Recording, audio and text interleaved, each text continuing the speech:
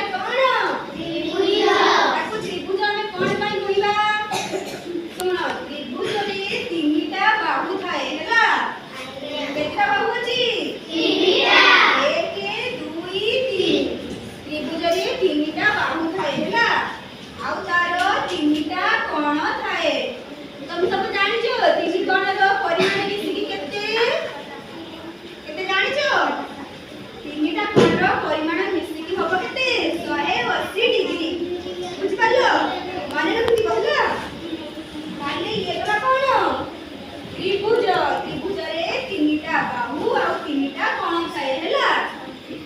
ଏଇଟା କଣ? ଚତୁର୍ଭୁଜ। ଏଇଟା ହେଲା ଚତୁର୍ଭୁଜ। ଚତୁର୍ଭୁଜରେ ଚାରିଟା ବାହୁ ଥାଏ ହେଲା। ଚତୁର୍ଭୁଜକୁ ବର୍ଗଚିତ୍ର ମଧ୍ୟ କୁହାଯାଏ ହେଲା। ବର୍ଗଚିତ୍ର ମାନେ ତାର ଚାରି ବାହୁ ସବୁ ସମାନ। ବୁଝିଲ? ତାର ଚାରିଟା ସାରା ବାହୁ ସମାନ ଆଉ ତାର ଚାରିଟା କୋଣ ଥାଏ ହେଲା। ସେଇଟା ହେଲା ଆମର କଣ? ଚତୁର୍ଭୁଜ। ବୁଝିପାରିଲ? ମନେ ରହିଲା ତ? ଏଇଟା କଣ? ଆୟତ ଚିତ୍ର। ଆୟତ ଚିତ୍ରରେ କି ଚାରିଟା ବାହୁ ଥାଏ ହେଲା। କିନ୍ତୁ ତାର ବିପରୀତ ବାହୁ ସମାନ ଥାଏ। ବୁଝିଲ? यार विपरीत बाहु किए? ये ना एई बाहु और एई बाहु दी जण समान रहिबे। एई बाहु और एई बाहु दी जण समान रहिबे हैला। ताले तार विपरीत बाहु तार समान सेला कोन? आयत चित्र। बुझि परलो? आयत चित्र दी चारिटा कोण थाए हैला। ताले जानि परिलो? म आखरे कहि दिला पे पचारि मते कहिबो सब भूला। एटा कोन ताले? त्रिभुज। जहार तीनटा बाहु थाए और तीनटा कोण थाए ताको आमे त्रिभुज बोली कहू हैला। ए हला चतुर्भुज। चतुर्भुज रे चारिटा बाहु थाए चारिटा कोण थाए और तार प्रत्येक बाहु हेले समान। बुझि परिलो? एटा हला हमर कोन? आयत चित्र।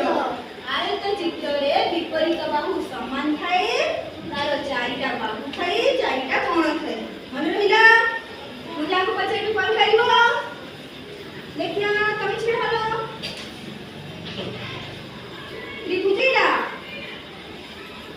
एटा ताको हमें त्रिभुज काहे कहले? काहे ना तार तीनटा बाहु अछि हैला। त्रिभुजरे तीनटा बाहु बोली हम ताको त्रिभुज कहले। हो जाओ बसो। आउ जने आसो। तमे आसो। वर्ग चित्र केटा? चतुर्भुज। एटा ताको हम चतुर्भुज काहे कहले? जर को चारिटा बाहु अछि आ तार चारि बाहु समान। Very good. जाओ पर जाओ।